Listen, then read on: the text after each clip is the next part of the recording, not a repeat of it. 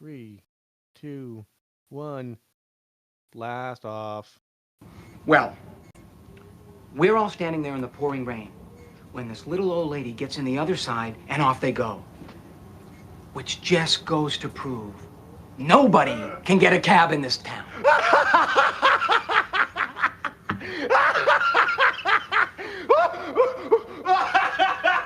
this little old lady jumped into the cab from the other side and off they went.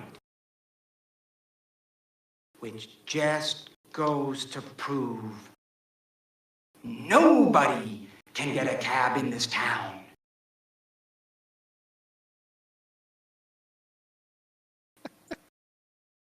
Hello and welcome to the worst movie ever made, an experiment with a movie podcast designed with one thing in mind: to find the worst movie ever made. I'm your host, Chris Hockman. I'm joined by my co-host and fellow mad scientist, Rob Scucci, and Bob Hassick. Hey guys, how are you and why are we doing the dark backward? I'm doing great. We're doing this because I think when Bill Paxton arrived at the pearly gates and was judged by St. Peter, he was sent immediately to hell, and we're trying to we don't like that being his fate because Bill Paxton is the fucking man, and I will argue he committed to this movie more so than he should have, and I think we're here to celebrate it and also point out every single thing that's wrong with it. Hey Bob, how are you, and why are you doing this? I'm doing this because you put it on the poll, you bastard. Yeah, yes I did. Yeah, and I'm doing okay. I've had my fill of middle school students this week. Like it's only been 2 days and I'm already like God, I'm so sick of them right now. Yeah. But I'm ready to explain this movie. Okay, cool. Let's get into it. Do it. Those alliterations are sick. Let's hear Bob explain the flick.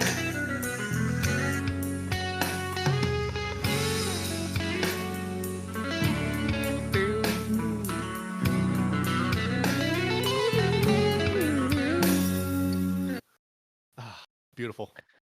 All right, so this is actually pretty succinct in both cases. Extremities excites extroverted eccentric. Jeez. Okay. That's beautiful. I like it. It was good. So in a world of filth and moisture. Yes. Marty. Too much moisture. Marty is a terrible comic and an okay garbage man who grows a third arm on his back. And his eccentric friend / not friend, an accordion playing garbage man who can't speak at normal volumes, thinks that this will be their ticket to stardom. And it doesn't go Marty's way. No surprise. Yeah. That's it. Too true. Right. Oh, I fucking hated this. He sounded like not Sylvester, but the guy's like, which way is he going, George? What's the character? Oh. Gossamer? I think so. And he's like, my name's not George, it's Sylvester. He's like, duh, I don't know how to say Sylvester, George. He's the giant orange one that's furry. Yeah. Right? Yeah, that's Gossamer. Yes. That's a takeoff of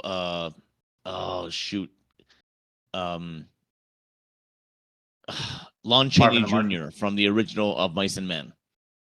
Oh, that's a good point. Yeah. That is exactly what that's never takeoff seen that. Petting those bunnies so hard their heads explode. Yeah. Oh, George, I like them, George. Yeah, exactly. Alfalfa sprouts. Yeah. All right, let's throw it to YouTube. Sure. Woo! You know what? My head hurts, my dick hurts, and my brain hurts after reading all these YouTube comments. All right, there was no paid version on YouTube, so I just went off a trailer. So I'm going to rapid fire these. Number 1, I know less about this movie now than I did before I knew it existed. Next comment, exactly the type of late 80s, early 90s movie that would have weirded me out as a kid. One of Paxton's best performances for sure. Wasn't he an alien? No. Wasn't he an alien? No, Aliens. Aliens, yeah. Aliens, yeah. My dad had this movie on VHS. I remember him showing me and my brother this film. What an underrated, obscure gem. I always thought this movie was odd, but good. Next one, loved it, but I also like Eraserhead. And then the last one, just saw the remake of this called The Joker. That's all I Jeez. got. Yeah. All right. Well, I'm gonna complain about this movie a lot, but I guess I won't start Okay. now. I'll do test number 1, the worst of its kind, first. Sure. Hey, what's going on? We let science and data determine what's the worst movie. Otherwise, You're gonna jump to your conclusion.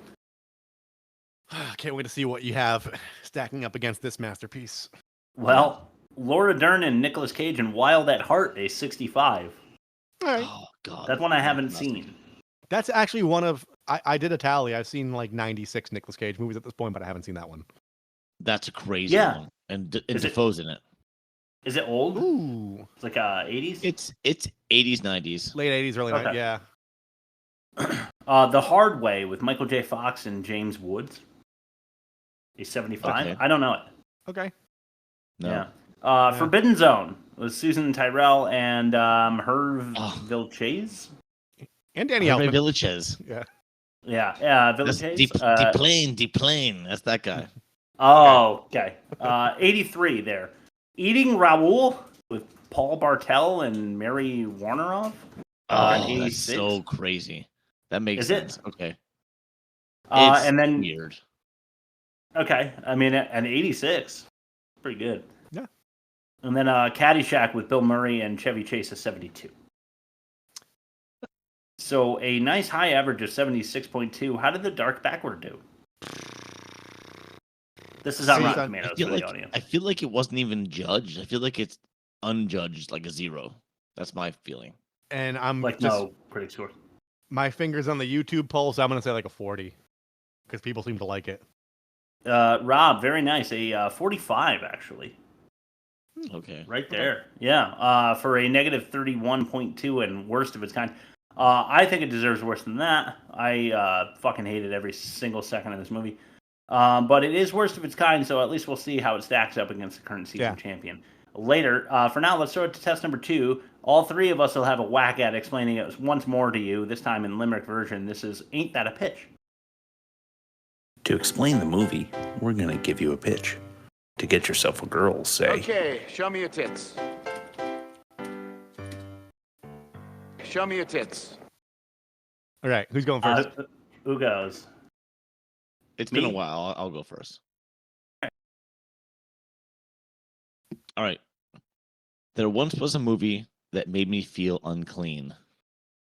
No amount of narcotics would get me to rescreen.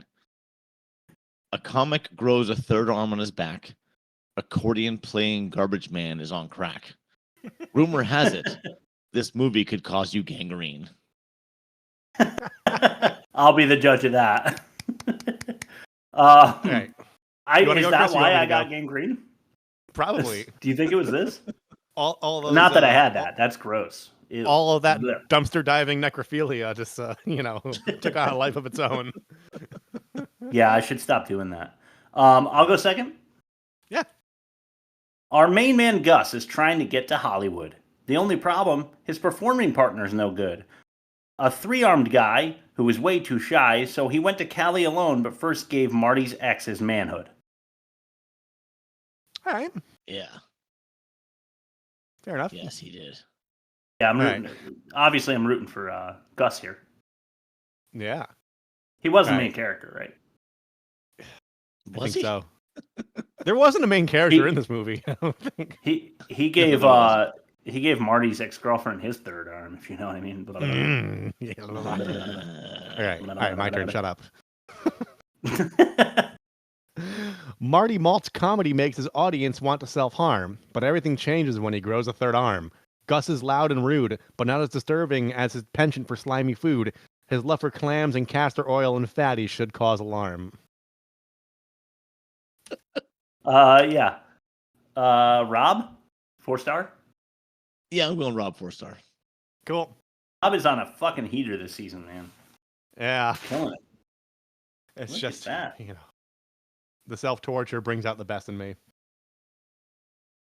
And by Let's throw it to this. self-torture, I mean watching this movie. Okay, I wasn't sure if you were Go ahead. talking about playing with your third arm. Test number 3, the most offensive. Fucking slut! You touch my makeup again, I'll fucking kill you! Come back when you fuck some of this baby fat off. See ya. I have a problem with pussy. If they take it out, come all over you, call a bouncer. Unless she gives you a big tip. The most offensive. Yeah. It is super offensive. Number 5, licking dead dumpster ladies. Yeah. I don't know. Maybe that should have been number 1. Probably. What was I thinking? The fact that there's 4 more things that you think are worse is exciting me tremendously. Maybe this is dark and I did it backwards. Number 4, this is buffoonery based on big bone beauties battering Bill's bits and bobs. So, by Bill, of course, I mean Bill Paxton, but 3 very large ladies laying into Bill Paxton's lake monster. I don't know. I'm looking for an L that means penis. But yeah, it's. What was I going for? I was going for. I don't know. Loch Ness monster. Yeah. Loch Ness monster. Thank you. Yeah, that's definitely what I was going for. But yeah, it's not funny or cool or anything to have like 3 really heavy chicks, and that's the whole joke. Yeah. Yeah. Because that's the whole joke. Number 3, and I mentioned this already, but boning best bud's broad. Yeah. Not cool. Not a good look. No, not a good look. Like going over there, and he did it in a very rapey kind of way. Very Yeah. much so. Yeah, he just like he like ordered the cherry pie, so to speak, and was just hammering away at it with his fingers until she submitted, essentially, which was very uncomfortable to watch. Yeah. Poetic. Yeah, thanks. Number 2, leaving your lover when lumps turn to ligaments. Yeah. Yeah, she just left him. Yeah. Yeah, and it never was he redeemed in her eyes. Marty's girlfriend, was okay with a big bump on his back, which that's good. But then I would argue that lump's grosser than the arm. Yeah, maybe. I mean, at least an arm you can you put deodorant in there and keep it clean and stuff. Like bump. At least you know what it is by then, Get some primo, exactly. Get some primo clam smacking in there. Pus. Yeah. Yeah, right. And I mean, he's got 2 other arms. We're not grossed out by those. Yeah. So why be grossed out by the 3rd? 3's a crowd. Yeah, exactly. This is our first clip of the day. Number 1, most offensive thing that happened in this movie is human xylophone. Come in. I'll be with you in just a minute.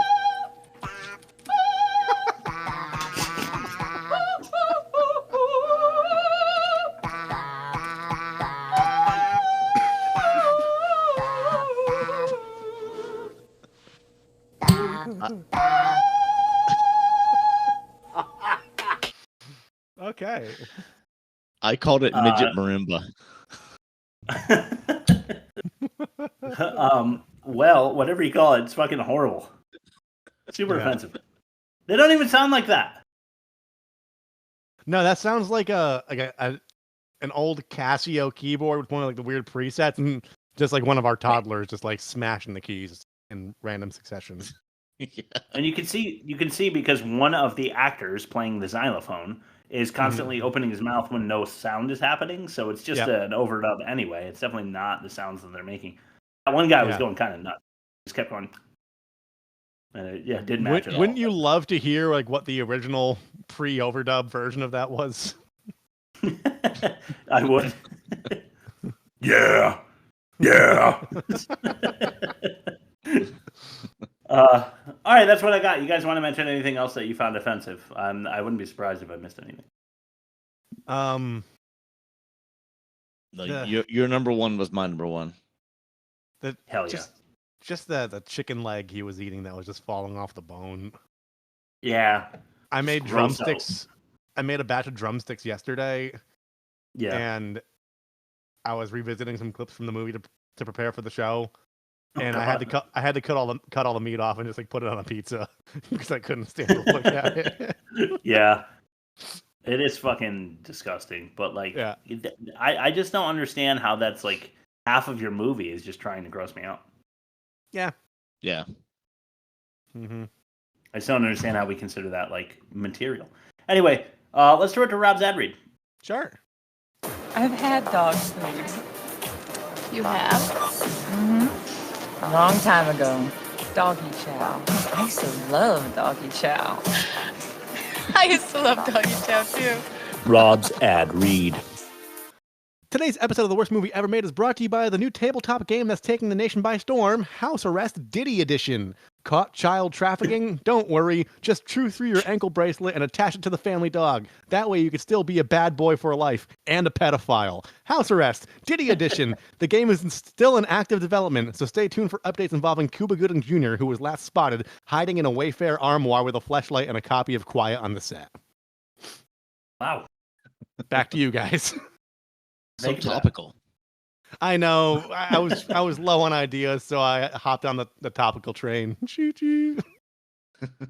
Well, I for one loved it, and I'm glad to have House Arrest Diddy Edition on board. What didn't Diddy do? Damn it, what didn't Diddy do? All right, no, let's throw it to test number 4, the worst dialogue. Sure. This is some of the worst dialogue. You have great tits. I like nice tits. I like having nice tits. I mean, nice tits are nice, I get it. Yeah. All right, let's throw it to number 5. This is Bum. Mr. Crow, the show's not over yet. Oh, it is for me, pal. Your friend stinks. Marty Malk has to be the worst stand-up comic I have ever had the misfortune to see. What are you being so picky for? You walked out before his best stuff. He was just getting warmed up. Come on. What do you think I am, stupid? Do I look stupid to you? Talent is my business. Your friend has none.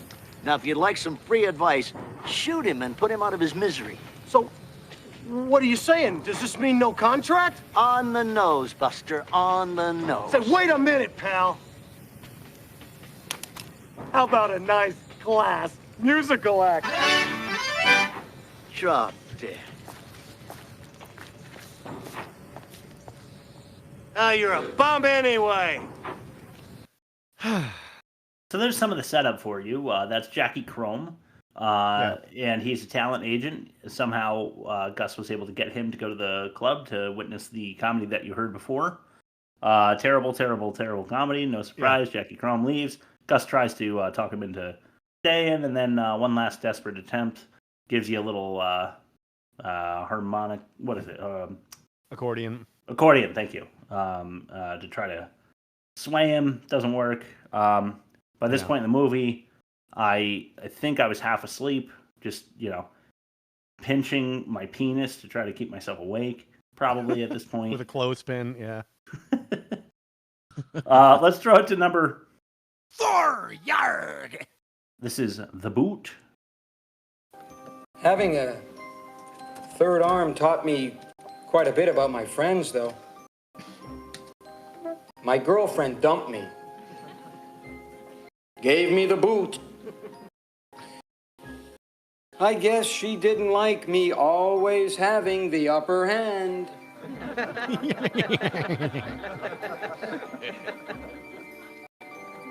Now that it's gone, though, I kinda miss it.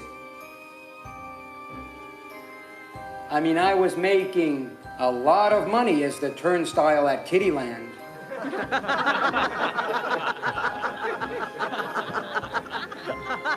It's very embarrassing having 3 arms, though. Every time I would go to a restaurant, when I would stand up, people would think I was the coat rack.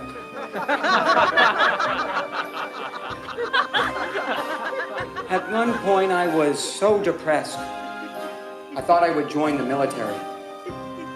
But I failed the physical. Can you imagine? Me not being allowed to join the army? It's just like, It's supposed to be bad comedy, right? Yes. So we're supposed to think that the audience finds it funny because it's so depressing and sad, and that's just where they are, that it's like relatable. No, it's just better than Yeah. it used to be. It is better than it used to be. Yeah. But how? He suddenly got good at making puns? It's no longer non sequiturs. It's based on real shit, Chris. Yeah. It's Moving relatable. on. Number 3. It's real. Oh, what have we here? The old, the old fake arm out of the back routine? Let me tell you something, schmuck. I've seen them all. I've seen them with... I've seen... It's real?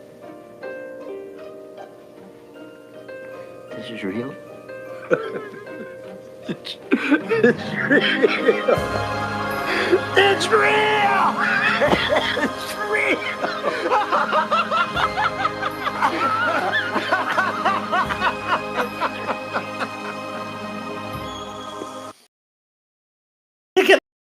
Bill Paxton is still laughing. You just can't hear him because he's like, it's like out of breath laughing. He's doing the Dom DeLuise like.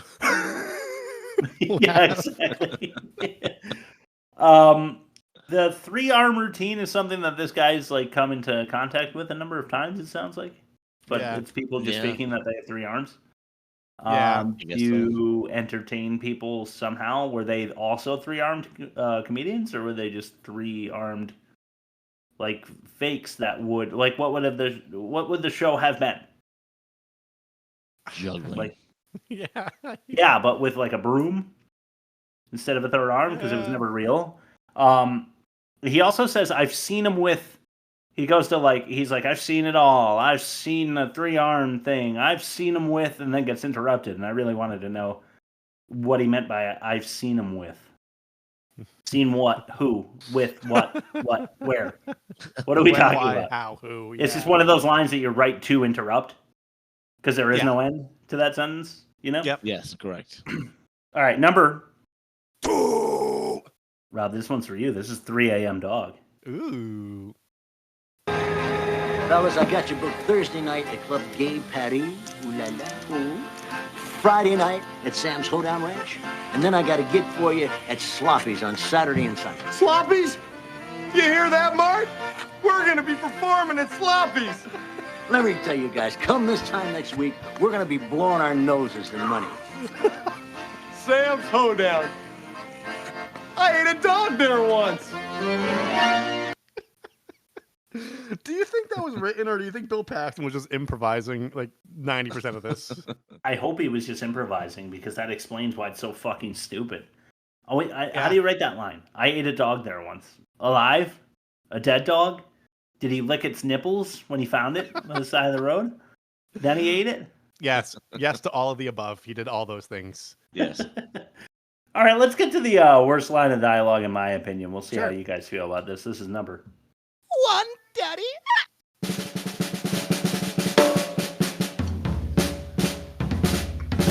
You know what? Fuck it. This is minced clams.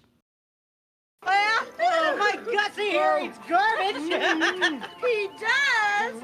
You do. Real garbage? Yep, I'll eat anything.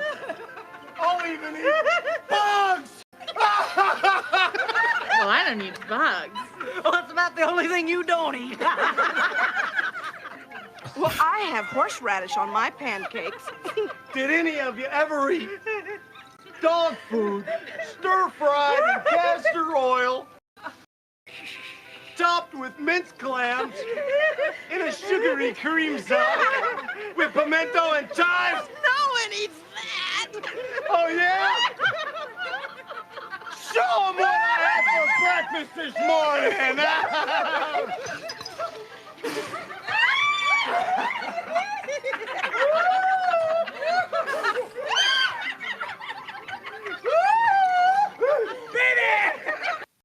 What? On the nipples. Say listening audience only.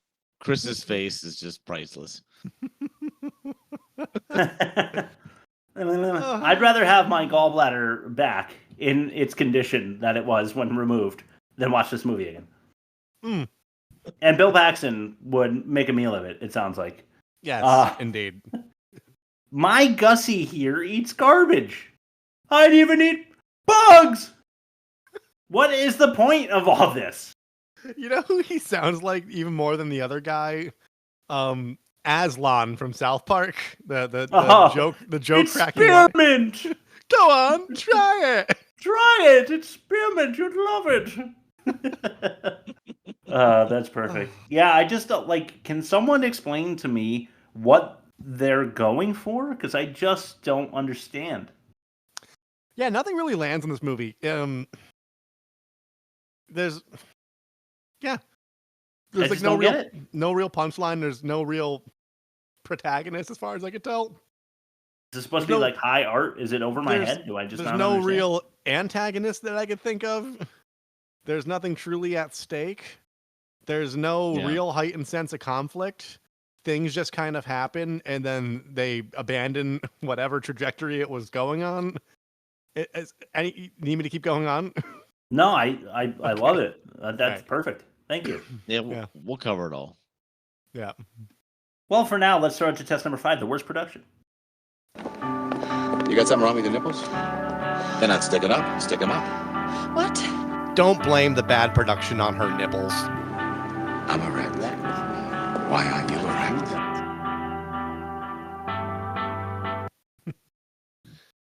All right, I'm gonna try to summarize this with saying should have been a short. All right, that's my tagline. So I'm gonna say it should have been a short because there's just not enough here to be a full movie. Yeah, it's obviously a passion project of the director/writer because it doesn't have any legs to have been made by anybody else, like into a full movie. It seems to have been influenced by David Lynch and John Waters, is my opinion. Yeah. But those guys know how to make something trashy or surreal artistic. Yeah, because they're auteurs. Yeah. This isn't art. This is art with an F, if that makes any sense. Yes. Arf. That's what you meant. I was thinking fart, but go ahead.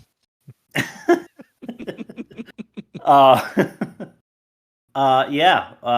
Couldn't agree more. Rob, you want to add anything to that? I feel like that's succinct and right on point. No, just it reminds me. I didn't think of it being good as a short, but like now that I think about all those weird like little oddball transitions on like Adult Swim or on Nickelodeon during the daytime, or even on like MTV, it could definitely be like a good 5 minute. This all could be distilled into 5 minutes, basically. Would have given you the exact same feel. Yeah. Yeah. It was just prolonged agony, you know? Yeah. It's like spending an entire weekend in the hospital just curled up in a ball crying while you're waiting for your like surgery, you know? Yeah. That's what it was to me. Something like that. Yeah. All right, let's start to test number 6, the worst acting. Yep. I'd have to piss on you to give you a clue. It's the worst acting.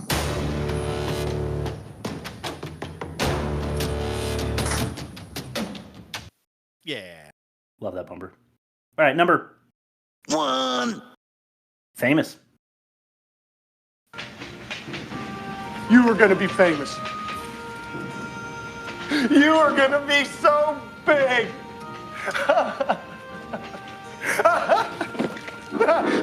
Big. Let's see you go big.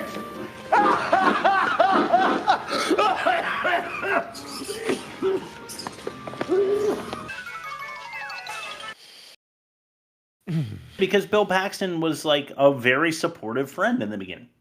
Yeah. Like overly supportive. He was a yes man. Telling Marty that he had the comedy chops he didn't have because he was a good friend and he had a good heart. And then where did that go? And then he just ends up fucking his girlfriend. Yeah. He's a slave to his impulses for sure. Yes, I suppose that's true. But I mean, we mentioned it already. I assume, and I don't want to, unfurl this too much. But Bill Paxton was asked to do too much, in my opinion. I don't understand why he is so over the top, and I'm not blaming Bill Paxton because I don't think he's a bad actor. I think he's pretty good, and as you mentioned, Rob, he commits to the bit. But why did they ask him to be so charismatic? Without knowing what happened behind the scenes, I don't think he was asked. I think they're like, here's the character, run with it, and I think by then he was doing some pretty serious shit. So I think it was just like one of those, a paycheck, and I could just have fun acting completely unhinged and kind of walk away from this, and no one's going to remember it in 30 years. But then streaming became a thing, and then everything got archived, and now we're digging it up and watching it again. Maybe, yeah, that you might be right. Maybe he made the decision to be over the top because he knew that this movie was a nothing burger, yeah, so to speak. So like maybe if he infused it with enough energy, it might have gotten had more legs. To your point, Bob. Maybe. I don't really know. Yeah, I guess we'll never know. Let's throw it to number 2. This is Pickles. Whoa! Shirley! Pickles, that's Shirley. Oh, Pickles, Shirley, Pickles, Shickles, Shackles, Tickles, Tackles. Who cares? Dude. His laughter is infectious. I'll give him that. Yeah, I guess. I don't know. He's just like, it's like saying to their face, "Who cares what your name is?" Yeah, that's just kind of fucked up. But they're into it, so I guess you read the room, right? Well, yeah. I mean, they're probably also in the mood for a 3 a.m. hot dog. Yeah, you know what I mean. Yep. If you haven't had a good 3 a.m. glizzy in a while, you open the fridge and the glow of any sized Glizzerino is looking good, I'm sure. Anyway, I don't even know what I'm talking about anymore. We ride at dusk. 3. This is Desi. Dirk Delta. I'm the talent scout for the Night Light Show, starring Sammy Dugan in Hollywood, California. The Sammy Dugan? You got it, man. Wow! Well, what can I do for you, sir? How about a cigar? We're looking for some unconventional entertainment. Well, there's just so much competition in late-night television these days, you know. Yeah, You know? I know. Does he know? I just got this feeling about Desi. He's gonna be a really big star. You got a great eye, sir. Desi's a great talent. We'd like to book him on next week's show. Call my assistant here. He'll call you back and we'll make the deal. Keep in mind that a limo will be waiting for you on Tuesday. Do you hear that, Marty? We're going to Hollywood! Woo! Yeah! Oh, yeah! Oh, yeah! That's Rob Lowe, right? What was he doing? Yeah, I don't know. Entirely confused by everyone doing anything in this movie. Fucking cannot stand it. We'll never watch it again. Hate you just a little bit more. Just a little bit of more, shit on the pile of hatred that I have for you, Rob. After this one. Let's throw it to Fact or No Fact. Sure. Oh, yes. Can you spell MGM backwards? I bet you can't. MGM. I'm impressed. That's a fact. Now here's some more. All right. All right, so this movie was called The Dark Backward, and I couldn't think of anything else to say but the Bark Dackward, because it's backward. Yes. And this is a game where you guys have to find the lie among facts. And oh my God, this movie had nothing out there. I really had to dig, and I I'm not That's gonna Rob's say fault. I'm not gonna say I'm glad that Chris was laid up for an extra week, but I needed the time. You're welcome. So here we Glad go. I agonized for someone. Find the lie among these 4 facts and 1 lie. Heard. First one, Wayne Newton, that was the talent agent, was nominated for Best Supporting Actor at the Saturn Awards, which is an award for sci-fi horror comedy. For this? Okay, second one. What's that? Not for this. Yes, for this. Oh, God, I hope not. Okay, second one. The director/writer wrote this movie when he was 19 years old, only 6 years before production. Okay, third one. Howard Stern interviewed the stars of this movie in 1991 and joked that it should have been a third penis instead of a third arm growing out of his back. Fourth one. The production went through countless tubes of hair gel to keep the actors looking sweaty. And the fifth one, Bill Paxton was actually disappointed that he couldn't play his character even bigger than he already did. God. I wouldn't put it past them. Because the fact that, by virtue of the fact that he even did this the way he did. Okay. Wayne Newton nominated for Saturn. I mean, he wasn't bad in this. He was just the talent agent. He was like the only character that didn't make my skin crawl. Writer director. What? Still made my skin crawl.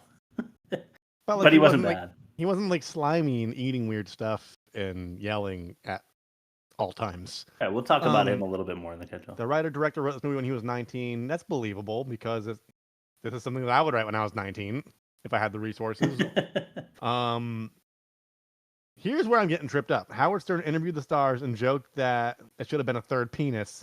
That implies that there was already a second penis. So that seems like a little. That there was a second penis. Yeah, that seems a little fucky. The production went through Nice. The production went through countless tubes of hair gel. See, that tripped me up too because I know that when people are, like, I saw a behind the music or like a making of a music video for Foo Fighters, the song "All My Life," and there was like jamming out in like a lit up room, and they were saying that in order to look sweaty during the taping, they used baby oil, not hair gel. And I think that's a common industry trick is to use baby oil because they were complaining about like it made them break out and shit because it's oil on your skin. Yeah. So that might be a Bob switcheroo right there. And Bill Paxton was actually disappointed that he couldn't play his character even bigger. I don't think he would be disappointed because if he would have just played his character bigger. If he was already playing his character like that, then why not do? If he was already being that extra, why not be more extra than extra? Yeah. So like 5 gum at that point. Yeah. You know. I'm gonna go with my gut. I'm going to say Howard Stern, third penis, because that would imply a second penis. You'd have to have a second penis first. Exactly. So I'm gonna go with number 3. That's really good. I believe the countless tubes of hair gel. I believe the Saturn Award. The 19-year-old director-writer. I don't really believe the third dick either, because of the implication that you need to have 2 penises first. You want to double down on the third dick? That's 6 dicks. Double down on the third dick. Okay. I don't like dongs that much. Oh shit. I'm gonna say that it's a lie that Paxton was disappointed he couldn't play it bigger. Right. Just to give myself a chance of winning. So first of all, there is an award called the Saturn Award, and it is for sci-fi, horror, and comedy. And Wayne Newton was indeed nominated for Best Supporting Actor for this movie at the Saturn Awards. Well you done, both slow rolling us there, Bob. That was a nice slow roll. That was. The director did write this when he was 19, and this was produced when he was 24, 25. So yes, that was correct. Howard Stern did interview Bill Paxton and Judd Nelson, and he said it should have been a third penis. And then both actors said, like, where'd you get a second penis? And he's like, I have two penises. I have two penises, because you know how Howard Stern is. Yeah. So yeah, that was for real. So I was kind of right but wrong. Right. Yeah. Half and Rob, you were right. I made up the thing about the hair gel. Damn it! Because there was another movie that I read that they said they use hair gel to make them look sweaty. Right. And but there was nothing in this movie that said anything about that. So Bill Paxton actually was disappointed. After he saw this movie, he said, "Oh, I wish I could have played it even bigger." How could he have done? What could he have possibly done? But I had to read so many goddamn interviews from this movie, and watch videos of the interviews to find anything about this movie. So I do have a fun fact. I do have a fun fact, though. Judd Nelson went out in disguise and deliberately bombed on stage to prepare for this role. Really? Yeah. Like he dressed up kind of like that. Would he wear a third arm? Yeah, no, not for that part. But he Judd Nelson. He's got three arms. But he he went around to like open mics like in disguise and like did deliberately bad comedy just to get a feel for like bombing on stage. Apparently, nice. I mean, you guys know who Judd Nelson is, though, right? Right? Yeah, of course, Breakfast Club. Yeah, he was St. Elmo's Fire.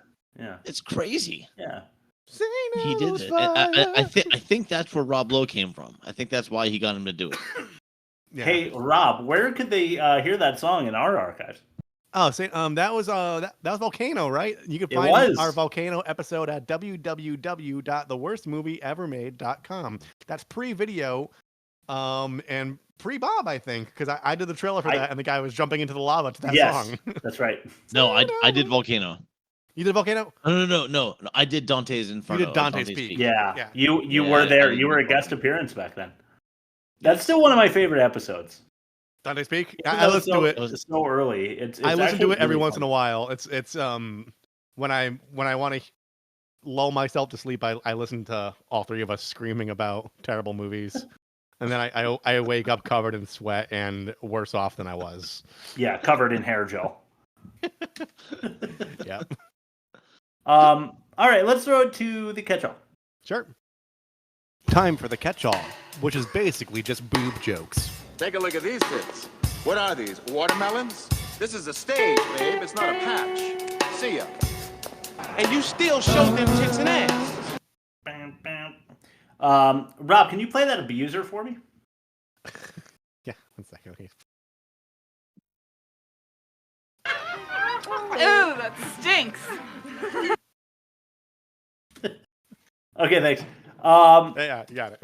Okay. I wrote 5 seconds in and I hate it already. Circus music can slob on my cob. Circus music. Yeah, I hate circus music. My first one was Everything in Blumps. Yes. Okay. Well, that's my fifth one. All right. Is it my turn now? Okay. Yeah. For a world that is at such a level of disorder, it's amazing that they have the resources to even operate a garbage truck. Right. A totally pointless garbage truck because everything they put in it falls out, which just made me more frustrated. And they only grab like 1/50th of the garbage with each pass. Yeah. Yeah. I kind of said this already, but it's a 1.5 hour gross out trope. There's also no reason for the feedback that happens in the beginning, other than to give you a packed on unpleasant ambience. The microphone, you mean? Yeah. Yeah. Well, Like he does nothing for the feedback. He's just like leaning into it or something. But like, I'm no sound engineer, but I just didn't understand why it would. I don't think it's technically true, but the feedback often indicates like just like you're in an empty room because you wouldn't hear it if there was like a crowd engaging. Yeah, feedback's just the microphone like hearing itself and reprojecting its own sound, right? Yeah. Right. So I didn't understand why that would happen, but anyway. Yeah. So I did some weird research when I looked up the movie and was really digging. I found it was rated R for brief scenes of bizarre comic sensuality. Oh, the necrophilia, right? That was the rationale for the rating R. Never heard that one before. Never heard that before. Yeah. Yeah. Like as a kid, I had HBO, and it was always like brief nudity, like sensual situations or something like that. But this is a new one: bizarre comic sensuality. Not even sexuality. That's it. Sensuality. Yeah. This isn't. I'll get to my point in a second, but just based on that, Bob. When every single episode of Forensic Files was on Netflix during the pandemic, I watched all 409 episodes, and there are crime scene photos featuring dead bodies, and it was rated TV MA for depictions of smoking. But what I wanted to bring up was Gus could play one hell of an accordion. I'll give him that. Yeah, I agree. Yeah, you sure can. Bob, you said it already. You said everything blumps, right? I said blumps everything. That's literally the next thing that I have. So, I'll say, is this like post-apocalyptic? Is it just like a hyper ugly American outlook? I don't know what it is. What is the artist trying to say? Yeah. They're just in the wasteland, I guess. It's just like after a pandemic, a natural disaster. What is happening? I don't understand. Are we in the future? Are we in the past? I don't get it. Yeah, I don't get it either. No one said anything yet. James Caan, for fuck's sake. I do say you beat me to it. He was in The Godfather. I mean, come on. I know. It's unbelievable. What is this? What is this? Yeah. Marty's act was not at all elevated by his third arm in any conceivable way. No. Agreed. No. Because like when I first saw the synopsis of this, I was like, okay, he gets a third arm and like he incorporates it into his act and he fucking kills, but his jokes are just equally terrible and then he does like a little spin. Yeah. And like the crowd didn't like it. The crowd didn't like it, and then he gets offered a life-altering gig based on that performance. Yeah, doesn't make any sense. No. I wrote, this movie makes me want to shave my entire body and take a hot shower. Okay. That was my next one. My next one is a quote from the movie. Okay. It's Gus said, "I will laugh so hard, my stomach will burst open and spray bile all over the stage." Thought that was crazy. Insane. Yeah, that's a crazy thing to write. I was only going to mention it if Chris didn't bring that up in worst dialogue. I should have. During the variety show, what was the weird like black and white face that like every third person had as a mask in the audience? Oh, it was the host's face. Oh, was it? It was so warped I couldn't. Yeah. It took me a while to. It took me a while to. Yeah, it was the host. Yeah. Oh, okay, that makes sense now. It was pretty ugly. Yeah. Rob, I'm gonna do a twofer because my next one is dude can accordion. Got to give it to him. Literally, that's what I wrote. This movie makes me want to watch another Taliban beheading video. I wrote to take the edge off. Oh yeah. Oh Christ. Go ahead, Bob. My catch-all is very short. I only have two more. Okay. The first one was Wayne Newton. I think it was amazing he was in this, and Rob Lowe. I was just like, yeah, I was floored by the star power this movie garnered. I couldn't believe it. I can't say that I'm uber familiar with Wayne Newton though. He was famous for being a Vegas performer. He's like a lounge singer, right? Oh, okay. Yes. Yeah. He was super famous for that, and then he ended up being in a couple movies. Yeah. He's like a Tom Jones type. Like yes. Yeah, he's got a residency, and like people after gambling and like losing their life savings, they go to the buffet and with their voucher and they watch someone sing. He's like a try the veal kind of guy. Tip your bartenders. Yeah. Yes. So if all these big wigs and suits are from like Hollywood, which I would assume is in less of a state of disrepair than the town that our protagonists are residing in, why even bother going to visit and scout for talent when you could probably pull from a nicer, cleaner pool of more talented people that are already in your locale? Yeah, would never happen. It would never happen. Yeah, you're right. That's a really good point. I didn't think about that. My next one is James Caan. Really? Dr. Scurvy? Really? Why have Paxton go? Okay, I already said that too. So the arm could never tap him on the shoulder and bend that way. It's got to be like quadruple jointed the way that they have it. Yeah, bending in the direction.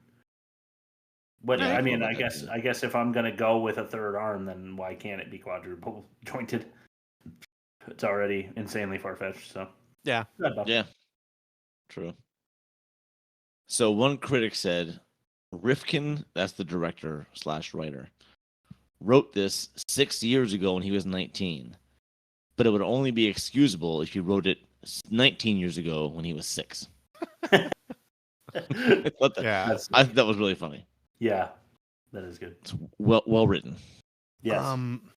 Despite this movie's completely outlandish, unbelievable premise, startlingly accurate depiction of the healthcare sector. Shows up with a third arm. The doctor's like, "You're faking it. Put this cream on it. Don't act like I've never seen this before. Here's your bill." So there is some realism in this movie, is what I'm trying to say. All right, fair. I can't argue with that, having just dealt with it myself. Yeah. More unbelievable than growing an arm on your back is having it evaporate overnight. Yeah, that would have waken you up. That would have waken you up for sure. Yeah, I think so. You would think. What's the process? I mean, what's the process of having a third arm grow into your back in your mid-30s, I guess, in the first place, but for it to just disappear? Yeah. Yeah, we've already said this, but Gus just completely shifting from good friend to bad friend, and his girlfriend shifting from victim to willing participant is just bonkers. Yeah, it is. I am gravely disappointed by a lack of arm gag montages. Like, couldn't you imagine him like in the shower, like brushing his teeth and shaving, and then like the other arm comes around, like rubs the shampoo in, and he's just like happy about it. And then he's like doing the crossword puzzle and like pouring a bowl of cereal and then like lighting a cigarette. And it's like, imagine me and you and me, no matter how. It's like him like growing super fond of his third arm before he loses it. Yeah, exactly. There would have been an emotional through line because the arm just disappears and everything goes back to status quo. Yeah, and he's like reading a magazine, but like it's like a Playboy, but you can also see like the bottom of the Playboy bouncing up and down or something. And then when he loses the arm, like he wants to turn the page while keep fapping, but like he has to like remove and then like he's trying to like use his mouth or something, blowing on the page. We just wrote a better movie than The Dark Backward in the last 30 seconds. We really did. Where's our entertainment budget? Movie. Why would the agent be suspicious about him losing his third arm? Do they also disappear in his experience? There had to have been a director's cut or something to explain that, because like Marty is always kind of nervous and Gus is always like overeager. And just him going, make the call, wasn't like a giveaway that something was amiss.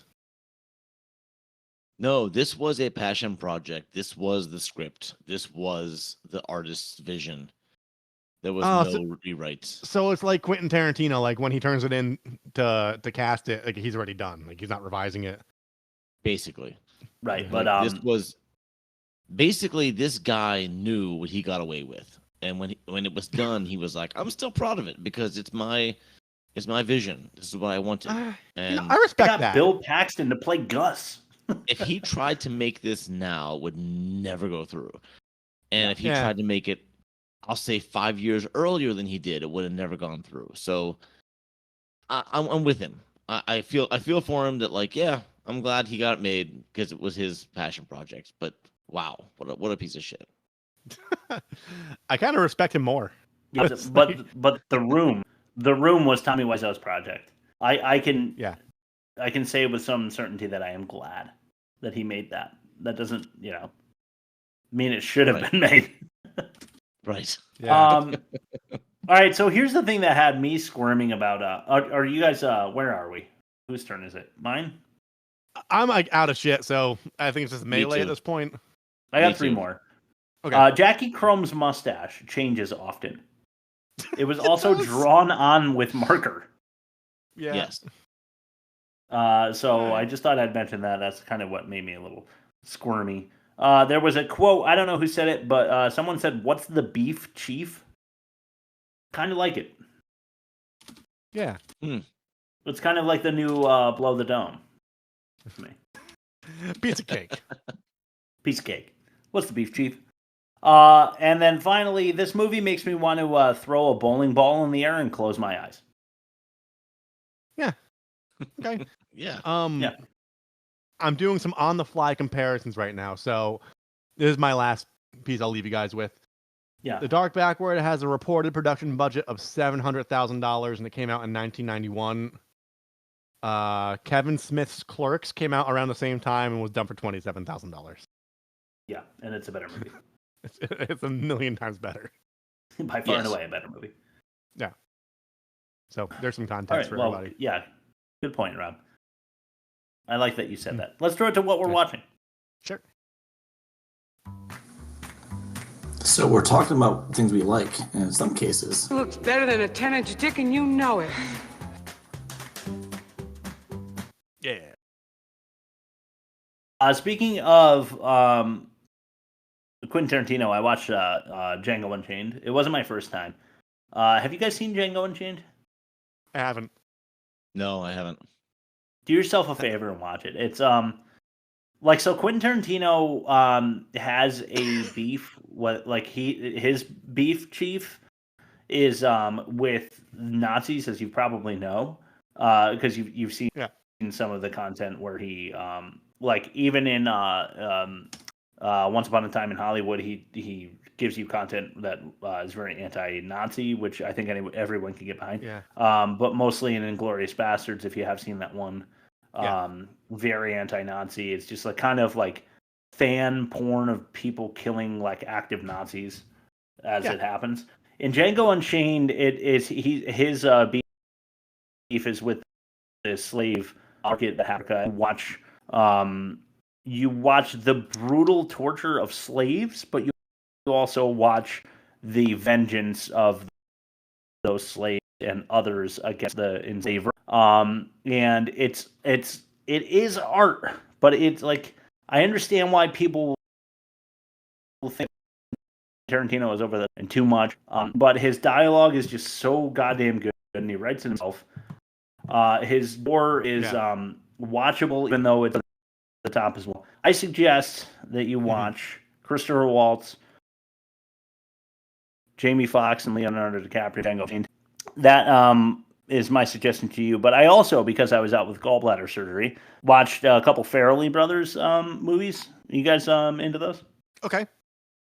Me, Myself, and Irene, and There's Something About Mary I watched. I just remembered how funny those were. Me, Myself, and Irene. I got to rewatch Me, Myself, and Irene because that's the Jim Carrey's at his most quotable.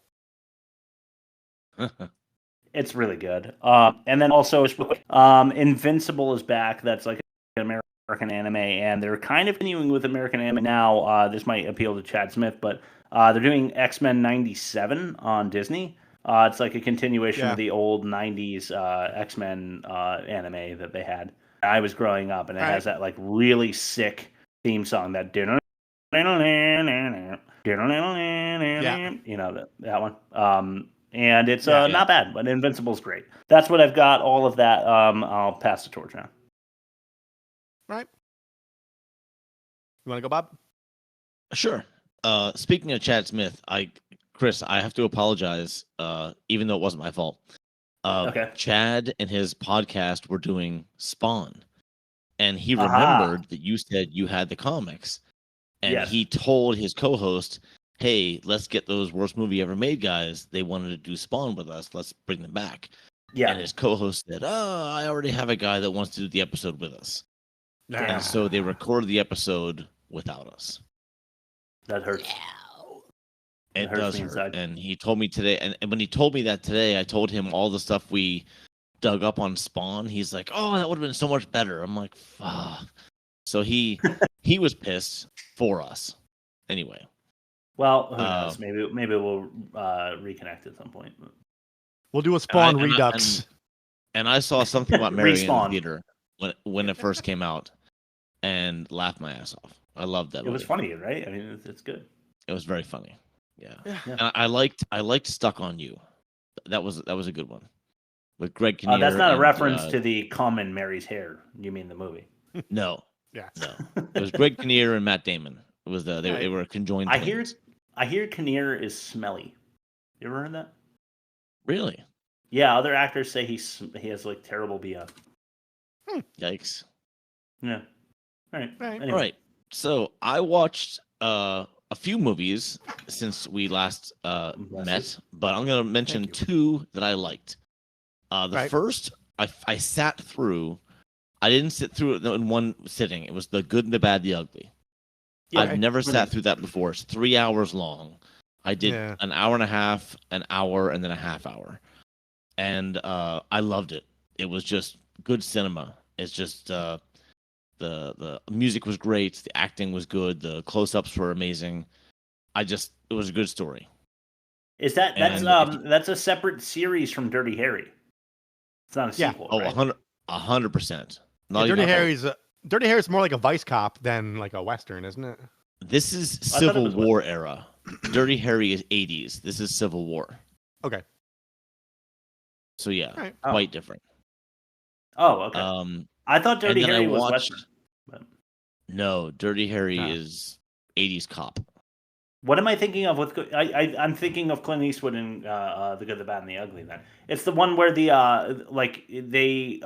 was kind of the first time that they had the villain introduced by his own like theme song, and the Western tropes of like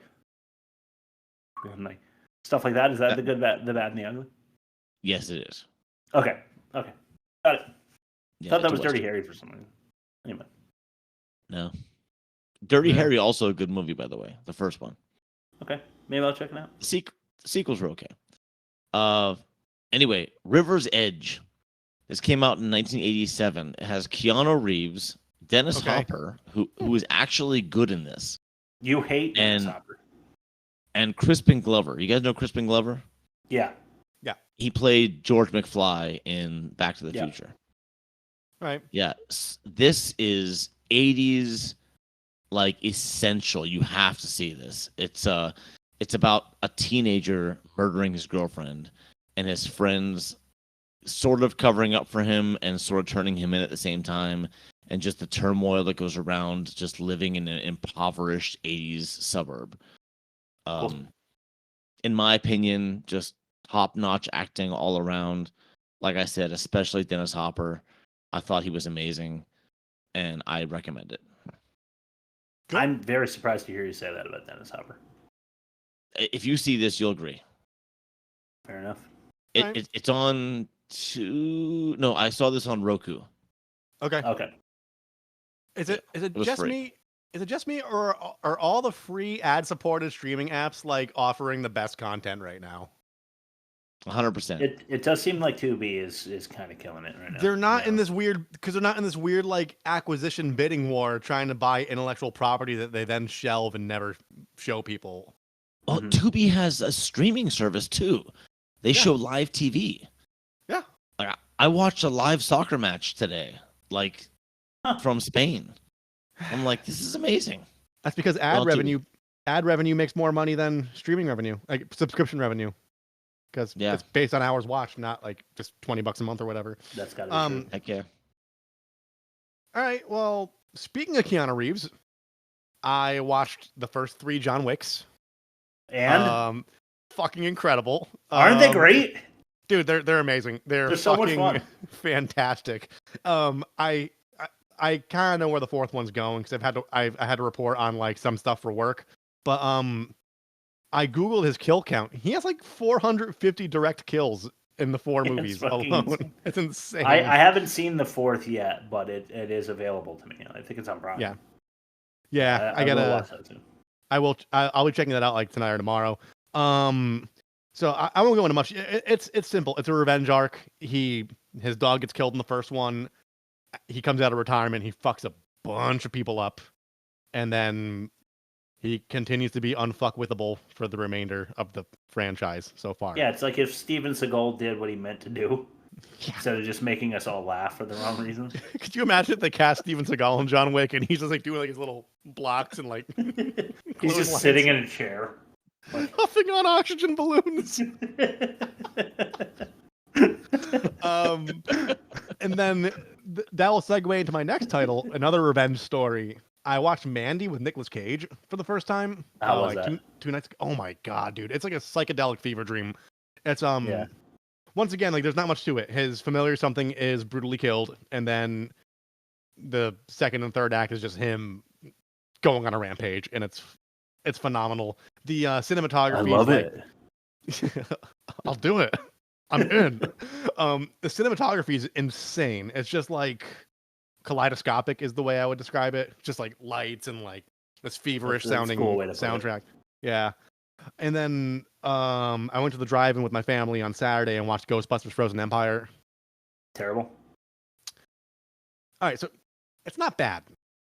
It's just not Ghostbusters, if that makes sense. Like they're using it's like the new Jurassic Park. It's the they're using the Ghostbusters like intellectual property. They have all the original people reprising their roles, except for Spengler, who's dead. But it has an identity crisis. They lean too much into the science and explaining like the science behind the science. Can't do that. And like it's junk science, like the way you put it, Chris. And it's trying too hard to be funny while also doing that. And it's like, dude, pick a genre and stick with it. The original Ghostbusters were good because I think Dick Masterson said it on Biggest Problem in the Universe. Like they were supposed to be like the joke is like they were plumbers in coveralls, essentially fighting ghosts. It's like Super Mario, but on film. It's where the humor came from. It's like, oh, across the stream, fuck it, let's do it, you know. But like in this one, it's just like it tries too hard to be intellectual while having like highbrow humor, and that's not what Ghostbusters is. No, Ghostbusters. It should never have been a franchise. The first movie was enough. That's all I there agree. should have been. So that's all. Yeah, I completely agree. So what I'll say about the new movies are they're well made. They're fun for the family. I'll give them that. But it's got such an identity crisis based on what it's trying to live up to and what it's also trying to be aside from that it just takes me out of the movie, and it's like not good for that reason. Yeah, that's fair. They're just trying to make another universe that they can explore and cash grab into oblivion like they did with Marvel. And then when they write themselves into a corner, they will multiverse their way through it. Yep. Yes. Sounds about right. All right, let's throw it to back credit names.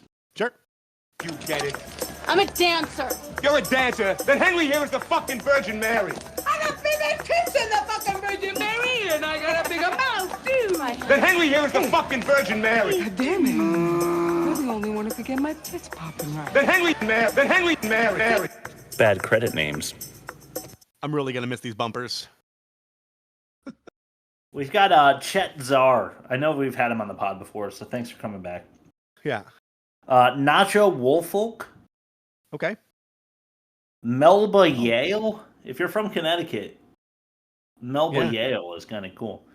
Yeah. Riff Coogan. Ew.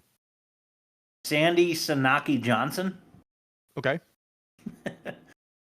And then get this: the next four are all in quotes.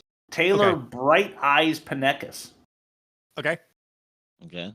Gary Pulowski. Okay. Paul Squidly Salamoff. Squidly in quotes? Yes. But the winner is Brian Pipe Grip Panekis. Well done. Yeah. All right, let's go to the offensive minigame. Sure. Must be weird not having anybody come on you. It's the offensive minigame. Bill boning big body beauties, or pleasing Papa for a piece of the pass-away pie. That's for frogs. You're wondering. Pleasing Papa. Pleasing Papa for the piece of the pass-away pie. So when he dies, you get like property or whatever. Yeah. Just doing his bidding. I'm gonna agree with Bob on that. Yeah, that's worse. Okay. Yeah. Director decides doggy dies, or leaving your lumpy lover. Dog death. Frogs is gonna clean sweep. Yeah. Frogs is gonna win this one. Okay, we'll see. Well, I mean, yeah, it already did. But human xylophone, or man who killed Bigfoot Sasquatch.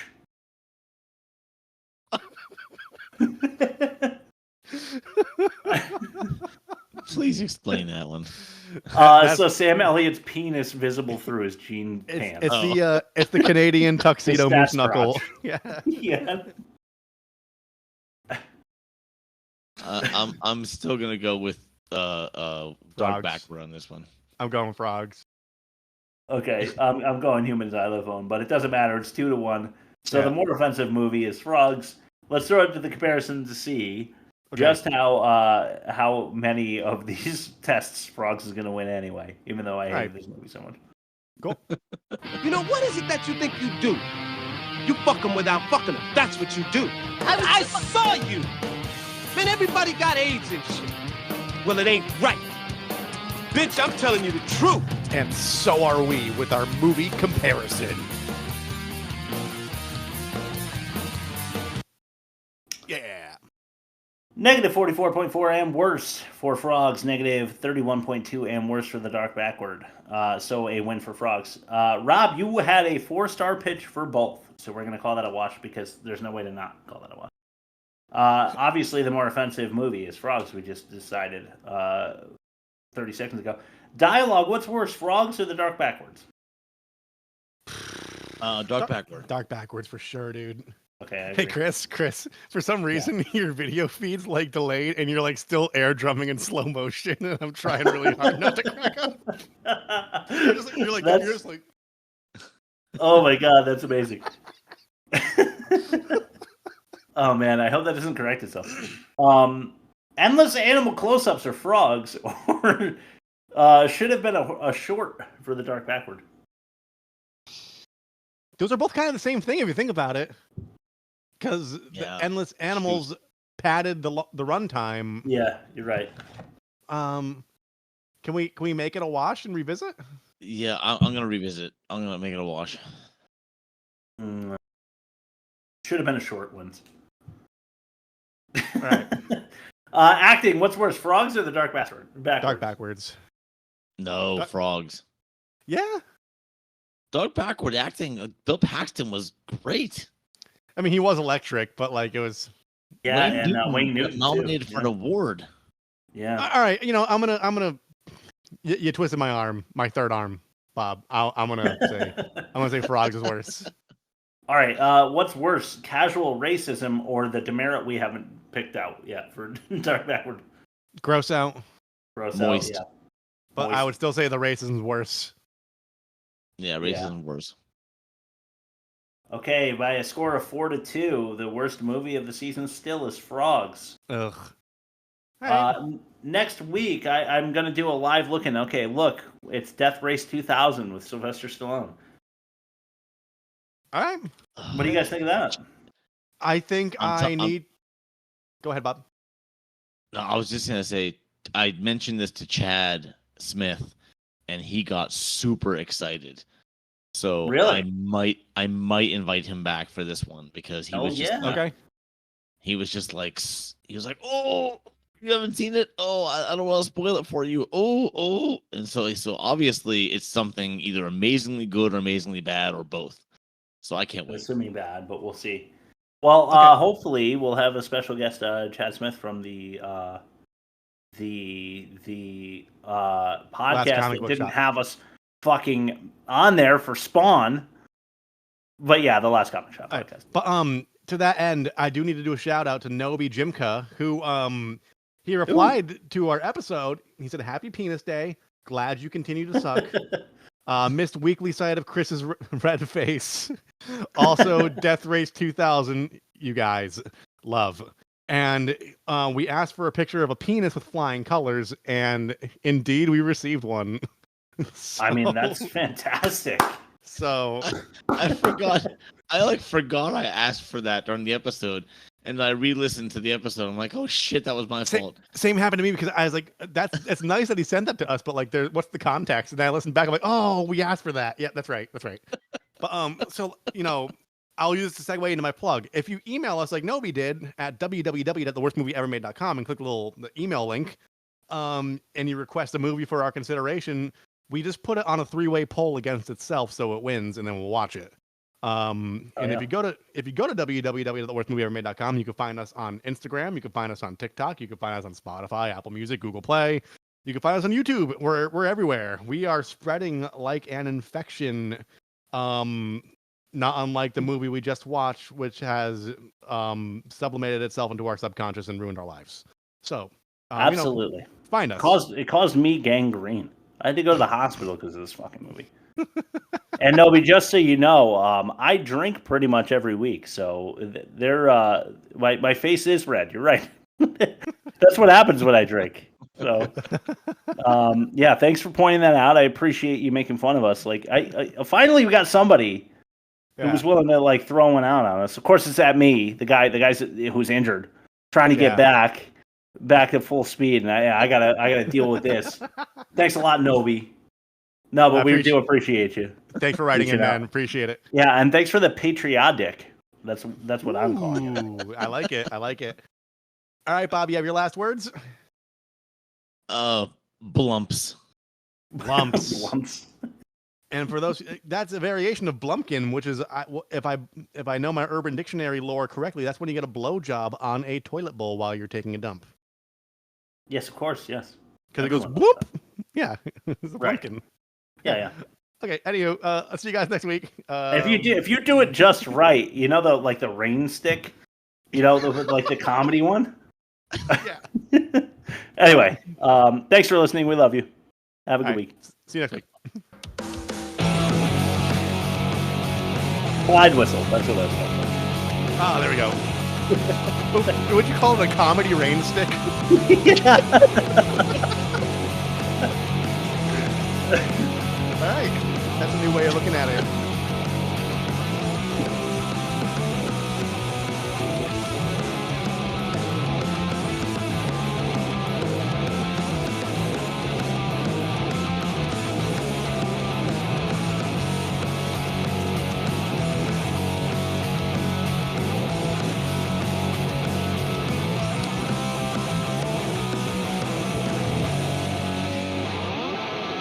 All right, see you guys next week. Thank you for listening. Bye, Jelly Scoop. Bye, Jelly Scoop.